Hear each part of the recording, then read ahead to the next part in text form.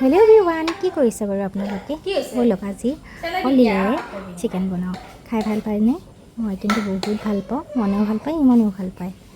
এয়া প্ৰথমে ভালদৰে মাংসখিনি ধুই কাটি লৈছোঁ। কেৰাহীত তেল দি পিনি লং, ইলাচি, দালচিনি অকণমান দি দিছোঁ। এটা তেজপাত দি দিছোঁ ধুনীয়াকৈ, আৰু কাটি থোৱা দুটা পিঁয়াজ ধুনীয়াকৈ কাটি লৈছোঁ। আৰু কাটি থোৱা পিঁয়াজখিনি দি পিনি অকণমান লৰাই চৰাই ভাজিছোঁ দেই।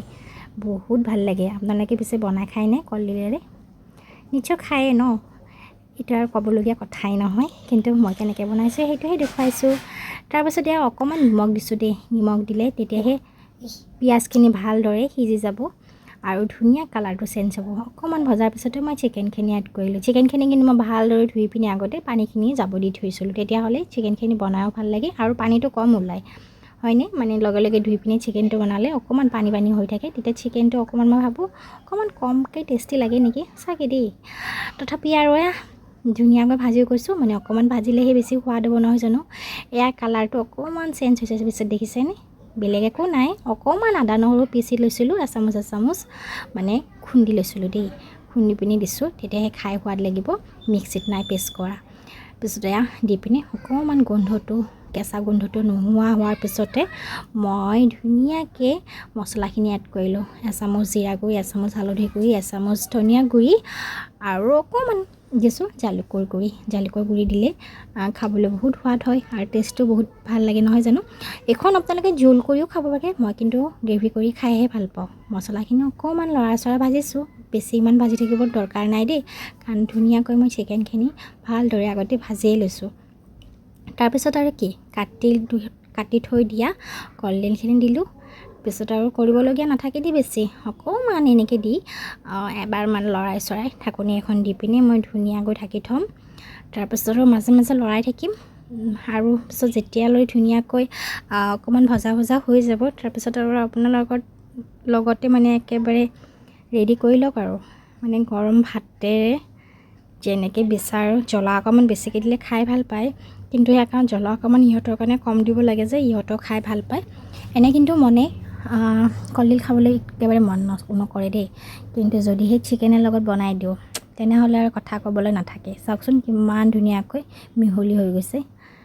এয়া গৰম গৰম ৰুটিয়ে হওক বা ভাতেই হওক, খাই পিনে যে কিমান সোৱাদ লাগে নহয় জানো।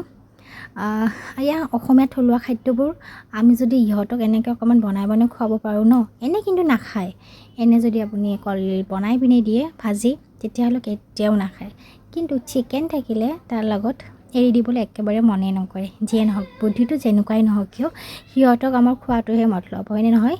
চিকেনৰ লগতে হওক যেনে হওক, মই কিন্তু পানীলাও পৰ্যন্ত সিহঁতক চিকেনত এনেকৈ মিহলি কৰি পিনি দিওঁ দেই, তেতিয়াহে মানে অকণমান ভেজিটেবলছ খোৱাৰ দৰে কৰে, নহ'লে একেবাৰে নাখায়। একেবাৰে মিডিয়াম ষ্টিমত কম যেতিয়ালৈ তেল ওলাই যোৱা নাই তেতিয়ালৈ মই এনেকৈ ভাজি গৈছোঁ। ওপৰত অকণমান গৰম মছলা ছটিয়াই দিছোঁ।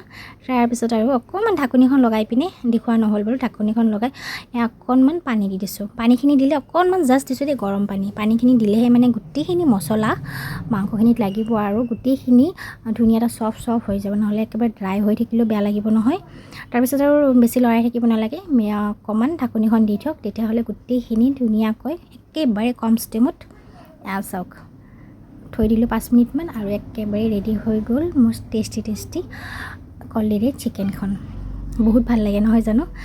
তেনেহ'লে আপোনালোকে এবাৰ জুতি ল'বলৈ পাহৰ নাথাকিব দেই। এয়া আৰু ধুনীয়াকৈ ৰেডি হৈ গ'ল। এতিয়া ভাত খোৱাহে কথা। তেন্তে অকণমানো দেৰি নকৰি এয়া ভাতখিনি ধুনীয়াকৈ সজাই পৰাই লৈ পিনে খাই পিনেও বহুত ভাল লাগে নহয়। সেইটো এটা আকৌ কলা, যেতিয়াহে কাঁহীখন আপুনি সজাই পৰাই লয় ন, তেতিয়া ভাতখিনি খোৱাৰ মজাই বেলেগ। তেন্তে কেনেকুৱা পালে কাঁহীখন আজি ক'বলৈ নাপাহৰিব দেই, কেনেকুৱা পালে। আৰু ভাল লাগিছে যদিহে ধুনীয়াকৈ এটা কমেণ্ট কৰিব আৰু ধুনীয়াকৈ এটা মৰম দিব। তেন্তে এতিয়া এৰিলোঁ, বাই বাই, লগ পাই আছোঁ।